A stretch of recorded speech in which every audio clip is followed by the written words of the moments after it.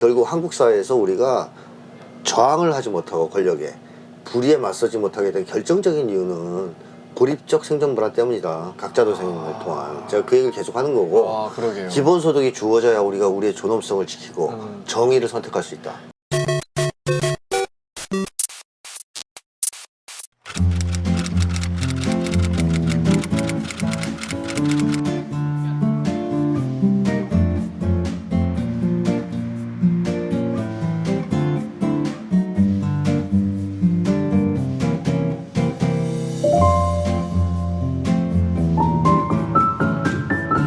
네, 소장님 반갑습니다. 네, 반갑습니다. 안녕하세요. 이렇게 또 정치 오락실의 특급 게스트로 저희가 연말 새해 특집으로 김태형 소장님을 모셨습니다. 박수. 소장님을 모시게 된 계기가 요즘 솔직히 사회가 좀 너무 좀 삭막하고, 과거에는 안 그랬잖아요. 막 캐롤도 나오고 막 사람들 막 웃으면서 또 돌아다니고 막 그랬었는데 요즘 사회가 왜 그렇게 좀 분위기가 변했을까요? 이렇게 가장 큰 이유는 저는 관계가 악화됐기 때문이라고 생각하고요. 관계가 악화됐다. 사람들이 언제 즐겁고 흥이 납니까? 혼자 있을 땐가요? 아니, 다 같이 함께 할 때. 함께 할 때. 그러니까 한국 사람들은 보통 모여서, 이 책에서도 제가 자꾸 얘기하지만 여기 우리가 돼서 하나가 됐을 때 흥이 나거든요. 맞아요. 근데 요즘에는 개인화가 돼가지고 옛날보다 훨씬 더 사람들이 관계가 나빠졌어요. 그냥 개인화된 걸 끝나면 좋은데 개인들이 또 싸워요. 그 개인 간 서열 경쟁 같은 걸 합니다. 저는 격투기 시합이라고 표현도 하는데, 그런 서열 경쟁이요. 그 개인 간 서열 경쟁이 치열하다 보니까 거의 개인화돼 있다, 사람들이. 그럼 개인이 무슨 재미로 흥이 나겠어, 혼자서. 그 혼자서 흥나는 놈은 미친놈이거든요. 혼자서 미친놈이죠. 맞네. 사람들하고 같이 있어야지 흥이 나지. 근데 이 공동체가 그러니까 견고하고 잘 돌아갈수록 분위기가 떠요. 공동체가 사실 거의 와야 됐죠. 그 결정적인 원인은 어떻게 보세요, 그러면? 그러니까 예를 들어서 90년대까지만 하더라도 괜찮았죠. 괜찮았는데 90년대 이후. 그렇죠. 불과 20년 사이에 이렇게 된 가장 결정적인 원인이 뭘까요? 그게 바로 신자유주의입니다. 제가 신자유주의. 풍요 중독 사회에서 그 주제를 아주 집중적으로 다뤘는데 90년대 이전과 이후가 뭐가 다르냐면, 우리 세대는 딱 세상에 나왔을 때, 청년이 돼서 세상에 나왔을 때 경쟁은 해야 되죠, 자본주의니까. 맞네. 근데 집단 간 경쟁을 했어요. 그러니까 줄다리기 시작 같은 거 했어요. 그러니까 우리 팀이 있어, 항상. 내가 소속된 곳이 있고 옆에 동료가 있습니다, 사랑하는. 근데 요즘에 젊은 세대는 세상에 나오니까 개인 간 구슬치기 시합을 한 거예요. 오징어 게임 보셨겠지만. 맞아요. 줄다리기 생존을 위한 어떤. 생존을 위한 게임은 했죠, 옛날에도. 근데 옛날에는 더불어 같이 했다는 거예요. 이 사람 집단적으로. 그러니까 우리가 있는 거야, 항상. 근데 요즘은 그게 없고 개인 간 경쟁이에요. 90년대 신자유주의가 사람들한테 개인 간 경쟁을 강요하기 시작하거든요. 그래서 어떻게 보면 우리 때는 학교에 들어가면 공동체 의식이 다 있었고 이 경쟁 대상으로 안 봤어요, 학교 친구들을. 그러니까 막 백만학도 이런 얘기도 했거든. 학생들은 다 똑같다, 우리는 하나다. 그런데 요즘에 누가 그렇게 생각합니까? 대학 들어가면 옆에 있는 친구들이 다 경쟁자거든요. 맞아요. 그러니까 이 정도로 개인화가 되면서 싸움이 붙기 시작하니까 90년대를 넘어서면서 거의 모든 공동체가 다 깨집니다. 와야 됩니다. 그 90년대가 넘어서 차차 시작됐구나. 거기가 이제 분기점이에요. 90년대 신자유주의가 시작됐으니까. 그리고 지금은 뭐 거의 공동체가 와야 돼 있기 때문에 사람들이 다 혼자예요. 혼자서 무슨 놈에 그렇게 신이 나고 흥이 나겠어요. 맞아요. 올 한 해를 돌아보시면서 소장님이 느꼈던 어떤 소회는 어떨까요? 뭐 윤석열 치하 같은 다음에 하루라도 즐거운 날이 있을 수 있겠습니까? 근데 그놈이 그냥 사고를 치잖아, 자꾸. 시원하다. 그러니까 뭐 좀 오늘은 좀 조용히 있으려나 그러면 뭐 기사에 터지고. 그래서 이 정도면 다 했겠지 이제. 더한 짓도 하고 막. 그다음에 매일 새로. 매일같이. 근데 사실은 윤석열이 조용한 날도 없지만 그 주위 측근들도 조용한 날이 없단 말이죠. 거의 일당들. 그 일당들. 또 우리 아주 지랄 발광을 했잖아, 얘들이. 당선된 이후부터 지금까지 내내. 그리고 막판에 또 이성균 배우를 살해했지 않습니까? 솔직히 맞아요. 타살이라고 봐야죠. 그런 거 겹치면서 심란하죠. 아 이거 어떻게 빨리 좀 끝내야 되겠다. 네. 그런 생각이. 그래서 소장님 사실 요 책에 보면 네. 그런 얘기들이 있어요. 그러니까 동양인과 서양인이 네. 억울한 일이 있을 때, 그러니까 예를 들어서 서양인은 이거를 밝히기 위해서 어떻게든 막 싸우고 억울하니까. 네. 근데 이제 반대로 동양인들은 네. 이게 너무 억울하면 막 극단적 선택을 하는 경우가 있다. 막 이런 차이도 말씀을 해주신 적이 있는 것 같아요. 자살. 아 자살, 네. 그렇죠. 그러니까 서양인은 네. 만약에 자살을 하잖아요. 그러면 서양 사람들은 죄가 있다고 생각해요. 아 그러니까 제가 죽은 이유가 뭔가 죄 있으니까 자살했겠지. 죽었네 이래 생각하죠. 그러니까 서양 사람들은 자기가 억울하면 절대 자살 안 합니다. 악착같이 싸워요. 근데 한국 사람들은 네. 억울하면 자살을 해요. 그럼 자살하면 사람들은 뭐 어떻게 생각하냐면 죄가 없다, 억울하다. 얼마나 분하면 저렇게 자살을 했겠냐. 아 그렇게 네, 생각한다. 네. 왜냐하면 우리는 공동체 문화가 맞아요. 우리주의가 굉장히 강한 민족이라서 공동체 성원들한테 오해받거나 그 모욕을 당하거나 이제 배척당하는 걸 제일 무서워하거든요. 제일 싫어하거든요. 그러니까 그 고통을 견딜 수가 없어서 항거하는 게 자살이에요. 아, 그러니까 오히려 이게 또 내 주위 가족, 그러니까 우리라는 공동체 안에 다른 사람한테 피해를 준다고 생각하는 그러니까 그런 거잖아요. 굉장히 크죠. 이게 핵심이죠. 네, 그것도 크죠. 그 다음에 이제 자기가 공동체로부터 배제된다는 느낌. 아, 맞아. 그거 견디기 힘들어합니다. 근데 서양 사람들은 개인주의가 워낙심해서 그거 신경 안 써요, 그런 거는. 배제당하는 거. 어차피 배제당했어. 어차피 개인주의니까. 네, 그러니까 이제 개인 대 개인으로 싸우자 이거지. 나를 그렇게 만든 놈들과. 아, 그래서 이제 자살해서 한국은 보통 그런 억울함을 풀기 위한 호소형 자살 같은 게 좀 있고 서양은 그런 자살은 없고 외롭고 힘들어서 우울, 비관, 염세로 자살하는 게 많았죠. 그래서 한국은 전통적인 의미에서의 서구형 자살이 없었어요. 왜냐면 공동체가 워낙 튼튼했기 때문에 그렇죠. 예. 아, 나 너무 외로워, 힘들어, 인생 사는 게 뭐 의미가 없어 이렇게 자살한 사람은 없었어요. 옛날에는. 그거는 오늘날 와서 생긴 현대 와 생긴 거고 서양은 원래 개인주의 문화가 강하다 보니까 이제 있었죠. 그리고 그 소장님 심리 분석 얘기 저희가 이제 좀 네, 하다가 네. 넘어왔는데 그 소장님이 이재명 대표를 네. 지지하는 혹시 이유가 있으세요? 아니 그나마 제일 괜찮은 정치인이니까. 아니 그러니까 이제 약간 그런 것도 있지만 네. 그 괜찮은 정치인이라는 기준이 있을 거 아니에요. 그러니까 예를 들어서 이 사람은 정책이 마음에 들어서 괜찮다. 아니면 이 사람은 약자를 대변해서 네네. 괜찮은 정치인이다. 뭐 이런 이유를 혹시 그렇게 물어보니까 찾다면. 대답하기가 좀 쉬워지네. 아 그래요? 예. 첫째는 네. 공익 추구형 정치인이 별로 없어요. 아 오늘날 이거 중요하다. 아주 드물어요. 네. 근데 공익 추구형이더라 이거예요. 분석을 해보니까 드문데 그런 희소 가치가 있는 거잖아요. 오 그러네요. 공익 추구형 정치인의 가장 큰 장점은 공익을 추구하기 때문에 국민을 배신하진 않아요. 아. 실수는 할 수 있어도. 그러니까 어느 순간에 결정적으로 국민을 연맥이는 놈들이 있어요. 정치인들 중에서. 김영삼 한번 생각해보세요. 3당 합당 이런 거. 아. 근데 그런 짓은 안 합니다. 예를 들어서 안철수도 약간 그런 철수도 케이스는- 그랬죠. 그렇죠. 걔도 뻑함 철수하고. 왜냐면 네. 아니 갑자기 그 장제원네 그 매형 집에서 단일화를 한 네. 은큼하게 아주. 네. 그럼 뒤통수 바로 치는 거죠 그러니까요. 국민들을. 그런 짓은 안 한다는 거죠. 조금 실수는 할 수 있을지언정. 어휴. 그래서 그런 점에서 일단 이재명 대표는 기본적으로 뭐 이런저런 자기 능력에 맞는 수준의 정치를 하겠지만 국민을 배신하거나 이럴 사람은 아니다 하는 점에서 지지했던 게 있고요. 네. 그다음에 또 하나 저는 이재명 대표를 지지한 이유 중에 하나는 네. 기본소득이에요. 아 제가 기본소득을 맞아요. 2013년에 쓴 책 싸우는 심리학에서부터 주장을 해왔기 네 때문에 맞아요. 어떻게 보면 이재명 대표보다 빨라요. 그 주장을 한 책에 한 게. 사실은 이게 그러니까 유럽의 원래 우파들이 내세웠던 정책인 거잖아요. 좌파도 내세우고 우파도 내세웠죠. 네. 상당히 선각자들인데 심리학계에서는 에리 프롬이라는 분이 이미 7, 80년대부터 얘기했던 오. 그러니까 이제 좀 뿌리가 있어요. 전 그거를 기준으로 기본소득을 주장했는데 성남에서 그걸 하더라고요. 굉장히 그 당시로서는 결단력 있는 그 행보였고 맞아요. 그러니까 청년 배당 뭐 이런 정책인 거죠, 그게. 아니, 기본소득 자체를 주장했잖아요. 주장하면서 청년 배당 실시를 한 거고 기본소득을 계속 주장했단 말이에요. 네. 굉장히 용감한 행동이었다고 저는 생각합니다. 왜냐하면 출판사에서도 제가 기본소득을 넣을 때 우려를 했었어요. 그게 혹시 뭐 좌파, 빨갱이 이런 거로 이용당하지 않을까, 버스 잡히지 않을까 하는 거 걱정을 할 정도로 분위기가 안 좋았던 시기인데 그러니까. 그거를 딱 대놓고 얘기하면서 밀고 나가는 거 보고서는 그래 무서운 거 없이 저렇게 정책을 가지고 승부하는 게 맞지.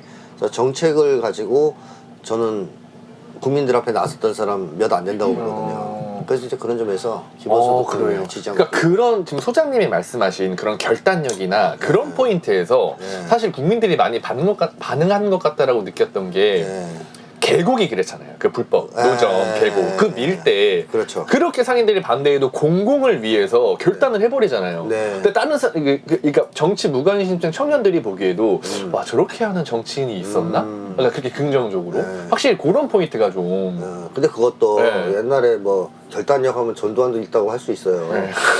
근데 뭐 이 자식은 계곡 상인들이 막 반대하면 잡아다가 막 때릴 거 아니에요. 몽둥이로. 시끼를 어디서 감히 국가 시책 앞에. 그냥 군합발로 막 그냥 차버리고. 짓밟고. 그렇지. 이재명 대표는 그 당시에 보니까 계곡 상인들하고 대화를 하더라고요. 간담회 했었죠. 제가 봤어요. 설득해요. 설득해서 승복을 시키고 대책을 마련해 주려고 그래요. 논리나. 그러면서 막 맞아요. 거기서 흥분한 주민들도 있는데 꽤나 이게 자극적인 얘기도 하고 그러는데 같이 안 싸우고 잘 진정시켜서 설득해서 이끌고 나가요. 정치인이랑 또 행정가랑 이런 걸 하는 것이다. 뭐 이렇게 그러니까 하면서. 자기가 하는 일이 공익에 맞는 거란 말이에요. 그 사람들이 이익은 침해할 수 있어도 공적인 면에서는 좋은 거잖아요. 그러니까 명분에서 칠 게 없으니까 설득하는 거죠. 그 대신 그 사람들도 힘드니까 대안 같은 거를 같이 협의하려고 하는 거고. 그래서 순조롭게 마무리가 된 거예요. 그러니까 전두환처럼 몽둥이로 한 게 아니에요, 이게. 그러니까 결단력도. 그러네요. 그게 차이점이네, 진짜. 깡패 같은 결단력이 아니고. 그러니까 리더의 어떤 결단력인 거죠. 그러니까 백성을 대변하는 그러니까 공익 추구형 결단력이죠. 그런 거는 아주 뭐 저는 감명 깊게 봤거든요. 그래서 저런 정치인은 드물다 해서 이제 지지를 했던 거죠. 근데 기본소득이라는 게 어떻게 보면은 반대 세력도 많잖아요. 소장님처럼 이렇게 좋게 평가하시는 분들도 있지만, 근데 저도 사실 기본소득이 필요하다고 보는 입장인데, 청년들이 사실 요즘 청년들의 어떤 키워드라고 할까요? 그게 각자 도생이 되어버렸잖아요. 그러니까 이제 아까 말씀드렸듯이 청년들이 치열하게 싸워야 되고 이 사람을 죽여야지만 내가 살아남는 그런 사회가 돼버렸잖아요.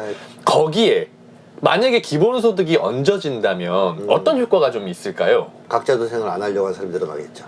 그러니까 울타리라고 생각을 하는 건가요? 하나의? 각자 도생은 그야말로 그 사회 제도가 강요한 거잖아요. 우리한테. 옛날에 우리 때만 해도 각자 도생을 강요하지는 않았어요. 그래도 아까 얘기했지만 팀별로 싸우라 그랬지. 그러니까 우리 팀이 있었단 말이야, 항상. 근데 90년대 이후부터 각자 도생을 강요한 거거든요.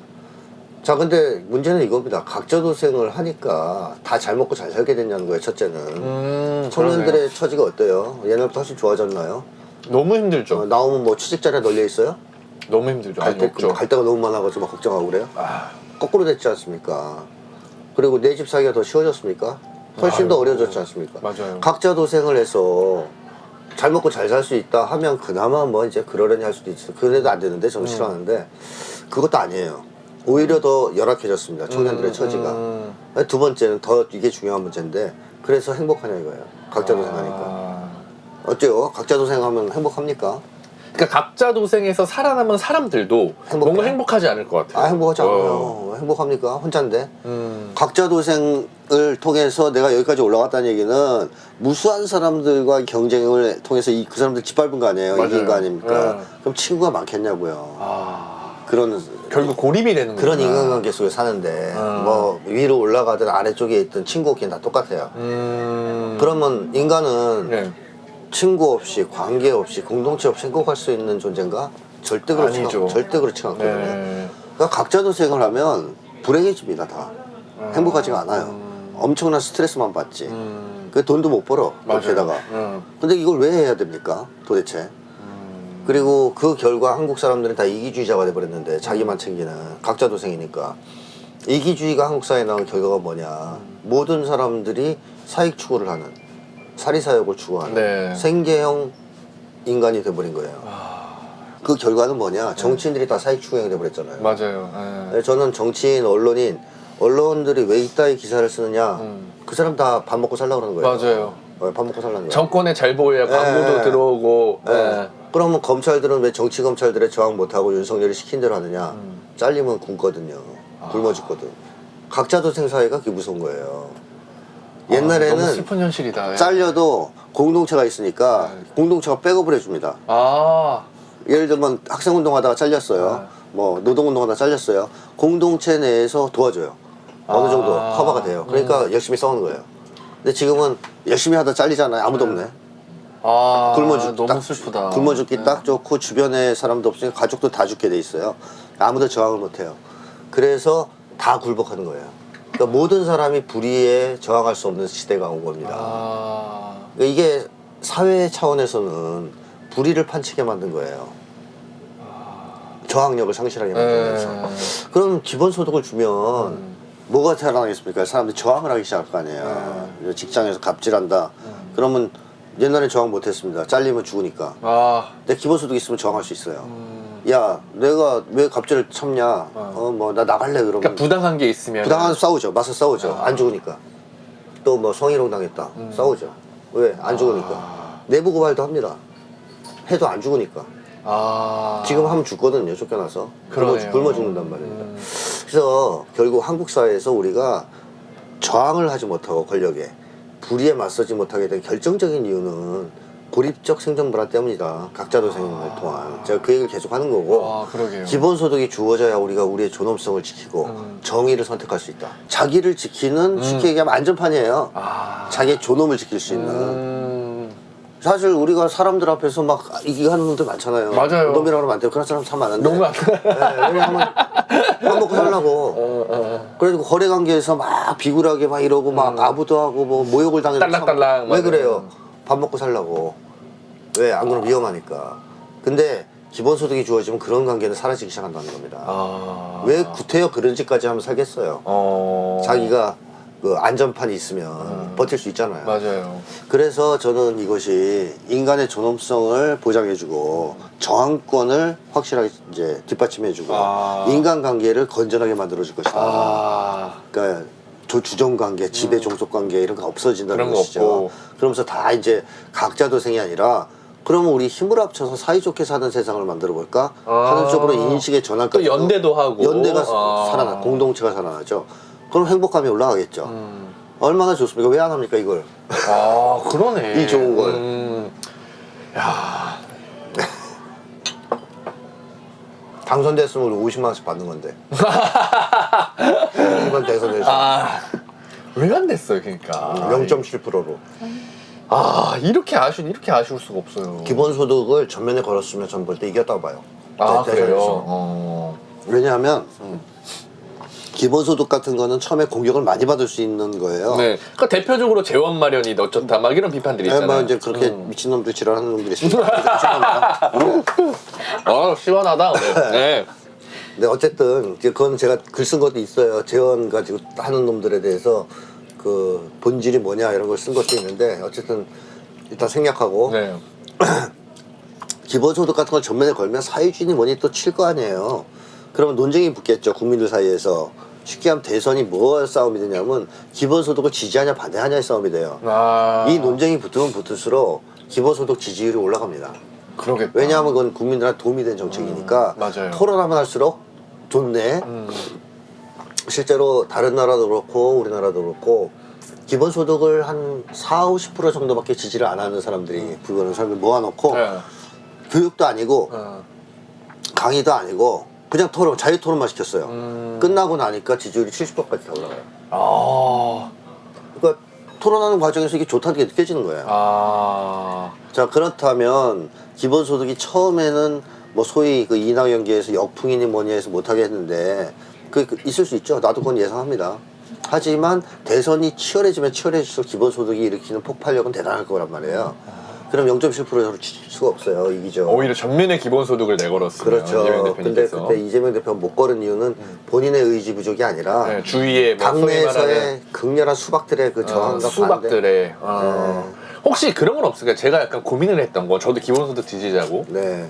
필요하다 보는 입장인데, 어쨌든 큰 국민의 틀로 봤을 때는 선별복지냐 보편복지냐의 싸움이 있을 것 같아요. 네. 근데 선별복지를 주장하는 사람들 입장에선 네. 전 국민한테 50만 원을 줄 바에 예를 들어서 진짜 어렵고 못 사는 취약계층한테 네. 예를 들어서 어느 정도 사는 사람들한테 50만 원의 가치하고 네. 정말 못 사는 사람들한테 50만 원의 가치는 클 거란 말이죠. 그럼 그 선별복지와 보편복지 이 사이에 어떤 갈등이 좀 심화되지는 않았을까요? 그 사람들이 그 진짜 못 사는 사람 걱정해서 그런 얘기 할 것 같아요. 기본소득 반대하려고 그런 얘기 하는 거지. 아 그래요? 네. 그렇게 아니, 보시면- 아니 그렇게 걱정되면 지가 주라 그래요. 기부도 좀 하고 세금 더 내서. 그러네. 그러니까 쉽게 얘기하면 그래. 기본소득 다 주고 정말 어려운 사람 더 주면 되죠. 플러스 알파로. 그러네. 그래서 일단 선별복지와 보편복지의 가장 큰 문제는 뭐냐면 선별하는데 시간과 돈이 엄청나게 들어갑니다. 그리고 거기에서 장난질을 많이 해가지고 진짜 받아야 될 사람이 못 받는 경우도 많고요. 안 받아야 될 사람이 받는 경우도 많아요. 그러네. 네, 그리고 그걸 받으면 또 낙인이 찍혀요. 뭐 못 사는 사람으로. 예를 들어서 뭐 기생수 네. 뭐 이런 걸로. 예를 들면 학교에서 다 이제 도시락 싸오는데 일부 못 사는 애들만 배급 줘보세요. 급식 줘보세요. 급식 먹는 애들이 그 얼굴이 얼마나 어둡겠어요. 맞아요. 그랑 똑같을 거예요. 그러니까 뭐하러 그런 짓을 하느냐는 거고. 그다음에 또 하나는 이 선별이냐 뭐 보편이냐 이건 복지 개념으로 들어가는 건데 네. 저는 기본소득은 복지 개념이 아니라는 거예요. 계속 얘기하지만 인권이지. 인권 보장책이에요. 그러니까 일단 이건 무조건 다 줘야 되는 것이고 그 다음에 복지가 그렇게 좋으면 세금 받아서 있는 놈들이 더 내서 세금을 그 사람들 더 도와주라 이거예요. 다른 걸 추가로. 그래서 뭐 사실 지금 국가가 좋네. 예. 선별하는 데 들어가는 비용이 막대해요. 그거 가리고 막 이러는 거예요. 근데 이 기본소득은 간단합니다. 국민별로 다 하나씩 통장 등록한 다음에 쏴주면 돼요. 매달. 포인트 줘도 돼요.